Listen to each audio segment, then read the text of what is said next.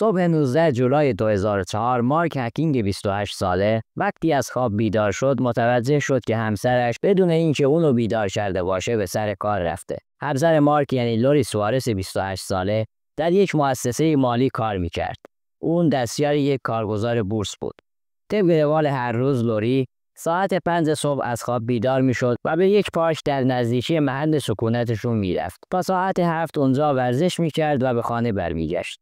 اون مارک رو بیدار میکرد تا مارک اونو به سر کار ببره. اما اون روز مارک خودش ساعت 8 از خواب بیدار شد. وقتی دید لوری در خانه نیست، تصور کرد که لوری بدون اینکه مارک رو بیدار کرده باشه به سر کار رفته. این جوان زنی وقتی بابت گرفت که مارک دید ماشین لوری نیست و دیگه مطمئن شد که لوری خودش تنهایی به سر کار رفت. حدود ساعت 10 مارک با محل کار لوری تماس گرفت. اما همکارای لوری گفتن که اون امروز به سر کار نیومده. چشمش به لباسایی که لوری برای کار میپوشید افتاد. لوری شب لباسا رو آماده میکرد تا صبح بپوشه، اما لباساش همونطور دست نخورده باقی مونده بود. مارک به شدت نگران شد و با پلیس تماس گرفت، اما پلیس گفت حداقل باید 24 ساعت از مفقود شدن یک نفر بگذره تا پلیس وارد عمل بشه. مارک دید در حال حاضر پلیس کمکی بهش نمیکنه، با خانواده و دوستای لوری تماس گرفت. در این فاصله مارک رفت به سمت پارکی که لوری در اونجا ورزش میکرد. مارک خیلی زود متوجه شد که ماشین لوری در پارکینگ اونجا پارک شده. در همین حال دوستا و خانواده لوری برای جستجو به مارک پیوستند. مارک دوباره با پلیس تماس گرفت. گفت که ماشین همسرش بدون سرنشین در پارکینگ پارک شده. مارک با عصبانیت از پلیس پرسید که آیا هنوز هم نگران نباشم و 24 ساعت باید صبر کنم؟ اما این بار پلیس به سمت محل گم شدن لوری حرکت کرد. هنگامی که پلیسا با مارک صحبت کردند، دیدن که اون بسیار مضطرب و نگرانه. اینجا یک موضوع رو هم اضافه کنیم که لوری 5 هفته بود که باردار بود و این خانواده مارک و خود مارک رو بسیار نگران می‌کرد. شهر سالت سیتی از 2 سال قبل، یعنی از سال 2002، به خاطر گم شدن یک دختر 14 ساله به نام الیزابت در شوک بود. با در نظر داشتن این حادثه دلخراش، پلیس فوراً از سگ‌های ردیاب و یک هلیکوپتر برای یافتن لوری استفاده کرد، اما هیچ اثری از لوری نتونستن پیدا کنن. بذارید با این زوج بیشتر آشنا بشیم تا ادامه ماجرا برامون قابل فهم‌تر باشه. مارک هکینگ متولد 24 آپریل 1976 در ایالت یوتا بود. پدرش داگلاس و مادرش جند بود. داگلاس یک پزشک متخصص اطفال بود و مادرش هم یک زن تحصیل کرده و باسواد. داگلاس و جند مجموعاً 7 تا بچه داشته، 4 پسر و 3 دختر. مارک بچه سوم این خانواده بود و 2 برادر بزرگتر از خودش داشت. تو این خانواده به تحصیل عالی و علم و دانش توجه ویژه‌ای میشد، به طوری که بین بچه‌ها یک جور رقابت برای برتری به وجود اومده بود. اما جند و داگلاس هیچ وقت سختگیر نبودن. خانواده مارک یه جورایی یک خانواده مذهبی هم بودن. اونها پیرو مذهب مورمن‌ها بودن. مورمن یک مذهب نوظهور از شاخه مسیحیت هست. بیشتر مسیحی‌ها این مذهب رو قبول ندارن، ولی مورمن‌ها خودشون رو مسیحی میدونن. اکثر مورمن‌ها در ایالت یوتا ساکنن. اگه بخوام از شخصیت مارک بهتون بگم، مارک یک فرد بسیار شوخ‌طبع بود و همیشه دوست داشت که در مرکز دید قرار بگیره. اگر موافق باشید با لوری هم بیشتر آشنا بشیم. لوری کی سوارس در 1 سپتامبر 1976 متولد شد. یعنی فقط چند ماه از مارک کوچکتر بود. وقتی لوری فقط 4 ماهش بود توسط ارالدو و تلما سوارس به فرزندخواندگی گرفته شد. تلما و ارالدو که به صورت عادی نمیتونستن بچه‌دار بشن، بعد از به سرپرستی گرفتن لوری یک پسر 7 ساله به نام پال رو هم به سرپرستی گرفتن. در کمتر از 1 هفته یک خانواده 4 نفره متشکل از پدر، مادر، برادر بزرگتر و یک خواهر کوچکتر تشکیل میده. لوری خیلی وابسته پدر و مادر ناتنیش بود، اما تلما و ارالدو این که پدر و مادر بیولوژیکیش نیستن رو پنهان نکرده بودن. وقتی لوری نوجوان بود مادر اصلیش پیدا میشه و قصد داشت دخترش رو ملاقات کنه، اما لوری هیچ وقت حاضر نشد مادر بیولوژیکی خودش رو ملاقات کنه و معتقد بود که مادر اصلیش همون تلماست. خانواده لوری هم از مذهب مورمن‌ها و در کالیفرنیا ساکن بودن. وقتی لوری 10 سالش بود تلما و ارالدو تصمیم گرفتن که از هم جدا بشن. پال با ارالدو در کالیفرنیا موند. تلما و لوری هم به ایالت یوتا رفتن، اما همیشه رابطه خانوادگی خودشون رو حفظ می‌کردن. با هم تماس تلفنی می‌گرفتن، حتی با هم مسافرت می‌رفتن. یه جورایی انگار تلما و ارالدو از هم جدا نشده بودند و فقط هر کدوم در یک ایالت جداگانه زندگی می‌کردند. لوری وقتی 18 سالش بود با مارک در یک اردوی مدرسه‌ای آشنا شد. اونها همدیگر رو به خانواده‌هاشون معرفی کردند. خیلی زود هم در دل خانواده همدیگه جا باز کردند. این شد شروع رابطه عاطفی مارک هکینگ و لوری سوارز. اونها در نهایت در 1999 با همدیگه ازدواج کردند. به گفته اطرافیانشون اونها یک زوج خوشبخت بودن. از جایی که مارک میخواست جا پای پدرش بذاره، در رشته پزشکی داشت تحصیل میشه. به عنوان یک منبع درآمد هم در یک بیمارستان بعد از دانشگاه به صورت پاره‌ور به عنوان دستیار پرستاران کار میکرد. اما لوری وضعیت بهتری داشت. اون با کار کردن در مؤسسه مالی یک جورایی نونآور اصلی خانواده بود. درست چند هفته قبل از گم شدن لوری، مارک فارغ التحصیل شده بود و برای ادامه تحصیل باید به ایالت کارولینای شمالی میرفت. مارک تصمیم داشت در این ایالت در رشته پزشکی و شاخه سرطان به ادامه تحصیل بپردازه.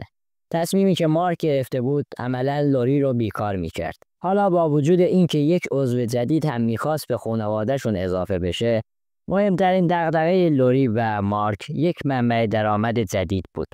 اما لوری برای حمایت از همسرش حاضر بود هر کاری انجام بده. درست روز حادثه قرار بود که اسباب کشی کنن و به ایالت کارولینای شمالی برن. حتی بیشتر وسایلشون هم قبلا برده بودن و خونه جدیدشون آماده بود. شب قبل هم تو خونهشون یک مهمونی با دوستا و اطرافیانشون برای خداحافظی گرفته بودن. مارک به پلیسا توضیح داد که ساعت 8 بیدار شده و دیده که لوری نیست. تا ساعت 10 فکر می‌کرده که لوری سر کاره. تا اینکه با محل کار لوری تماس میگیره و اون موقع میفهمه که لوری به سر کار نرفته. پلیس در این مرحله با همسایه‌ها گفتگو کرد.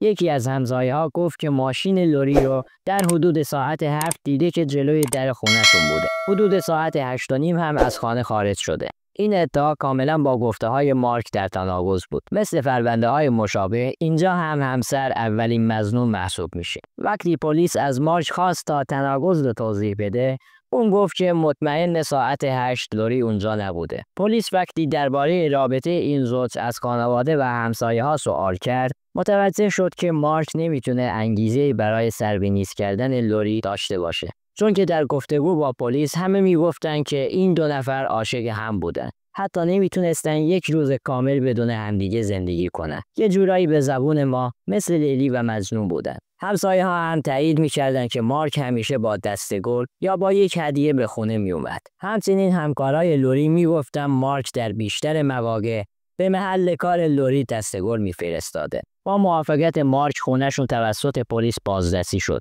اما چون مارک رو به چشم متهم نمیدیدند، خیلی عادی خونه رو گشتن. فقط یک چیز عجیب بود. تخت خواب و ملافه هاشون خیلی نو بودن. انگار همین امروز خریده شده بود و هیچ کس توش نخوابیده بود. برای یک خونه‌ای که همه وسایل‌هاش داخل کارتون بود و آماده اسباب کشی بودن، همچین تخت خوابی خیلی مشکوک به نظر می رسید. وقتی از مارک پرسیدن، اون گفت که تخت قبلی به خاطر پریود شدن لوری خونی شده بود. من هم صبح وقتی دیدم رفتم تخت و ملافه نو گرفتم. پلیس چیپ و سویچ لوری رو هم داخل خونش پیدا کرد. انگار لوری اصلا از خونه خارج نشده بود. همچنین یک فیش مربوط به خرید تشک در ماشین مارک پیدا شد. تاریخ خرید روی فیش ساعت 10:27 رو نشون میداد. این کاملا با گفته‌های مارک در تناقض، چون که مارک بعد از اینکه در ساعت 10 با پلیس تماس گرفته بود، رفته بود و تشک رو خریده بود. همچنین در بررسی‌هایی که از ماشین لوری شد، پلیسا متوجه شدند که صندلی و آینه‌های ماشین برای یک فرد قد بلندتر از لوری تنظیم شده. به عبارت دیگر این نشون میداد که لوری اون روز پشت فرمون نبوده. حالا پلیس یقین پیدا کرده بود که مارک در گم شدن لوری نقش داره. اما سوال اصلی تر این بود: لوری کجاست؟ مارک حاضر شد که در تست دروغ‌سنجی پلیس شرکت کنه. دستگاه دروغ‌سنج با تغییراتی که در تون صدا تشخیص میده، مشخص میکنه که فرد راست میگه یا دروغ. کارگاه به مارک توضیح میده که این فقط برای تایید ادعاهایی هست که داری و به ما هم در ادامه تحقیقاتمون کمک میکنه. اما این تست به هیچ عنوان به عنوان مدرک قابل استناد در دادگاه نیست. همچنین کارگاه به مارک میگه که اصلا مجبور نیستی این تست رو انجام بدی. مارک در آخرین لحظه از انجام تست منصرف میشه. کارگاه ها به خاطر رفتار عجیب و تناقض‌هایی که در صحبت‌های مارک بود، به او مشکوک شدند، اما شواهد لازم برای دستگیری مارک وجود نداشت. شاید تشک قبلی ماجرای گم شدن لوری رو به یک سطح بالاتری از تحقیقات می‌برد و شاید هم یک مدرک برای دستگیری مارک میشد. پلیسا تصمیم گرفتند تا سطل آشغال‌های منطقه رو هم بگردند. ساعت 2 بامداد 20 جولای، پلیس به یک هتل در فاصله نیم مایلی خونه مارک مراجعه کرد. پرسنل هتل با پلیس تماس گرفته بودند و گفته بودند که مارک به صورت لخت مادرزادی در حال قدم زدن در جلوی هتل بوده. پلیس وقتی رسید، مارک لخت مادرزاد شده بود و فقط یک جفت کفش پاش بود. مارک در جلوی هتل مثل دیوانه ها در حال دویدن بود. پلیس مارک رو دستگیر و به بیمارستان منتقل کرد. کارگاه FBI آقای لانگ در این باره میگه مارک بعد از اینکه لخت شده یک جفت کفش به پاش کرده تا پاش آسیب نبینه. کارگاه لانگ توضیح میده که معمولا این رفتاری نیست که یک بیمار روانپریش از خودش بروز بده. این اظهارات باعث شد که مردم فکر کنند مارک ممکنه خودشو به دیوونگی زده باشه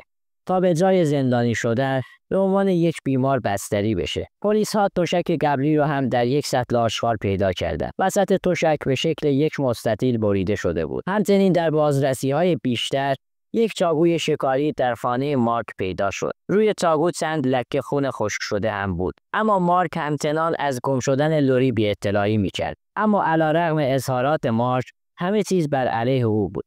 کارگاه ها هم مطمئن بودند که مارک بلای سر لوری آورده. شاید اگر انگیزه مارک از سر به نیست کردن لوری رو میفهمیدن، پرونده به صورت کامل حل میشد. مارک با شبکه‌های زیادی مصاحبه کرده بود و از مردم میخواست تا لوری رو پیدا کنند. این پرونده به قدری در رسانه‌ها داغ شده بود، در ایالت‌های مختلف هم دربارش صحبت می‌کردند. یک تماس از دانشگاه کارولینای شمالی مسیر حقیقت رو روشن‌تر کرد. مسئولان دانشگاه هم مثل بقیه مردم آمریکا از جریان پرونده لوری باخبر بودند. به خاطر همین با پلیس تماس گرفتن و گفتن که اصلا شخصی به نام مارک هکینگ دانشجوی ما نیست. حتی برای دانشگاه ما اپلای هم نکرده که ما تایید یا ردش کنیم. پلیس باید به یک سوال هم پاسخ میداد. آیا مارک اصلا از جایی فارغ التحصیل شده بود یا نه؟ پلیس وقتی تحقیق کرد متوجه شد که سالها قبل مارک ترک تحصیل کرده و اصلا دانشجوی پزشکی نبوده. مارک خیلی حرفه‌ای در طول چندین سال همه رو فریب داده بود. دانشگاه رفتن الکی، تحصیل الکی، کتاب خوندن الکی و در نهایت فارغ التحصیل شدن الکی. مارک در طول این سالها به خانواده خودش، خانواده لوری و حتی خود لوری دروغ گفته بود. در همه این سالها مارک وقتی میگفت کلاس دارم، به یک فروشگاه محلی میرفت و در اونجا به خوردن هات داگ، کشیدن سیگار و مصرف مشروبات الکلی مشغول بود. وقتی هم لوری سر کار میرفت، داخل خونه با بازی‌های ویدیویی خودش رو مشغول می‌کرد.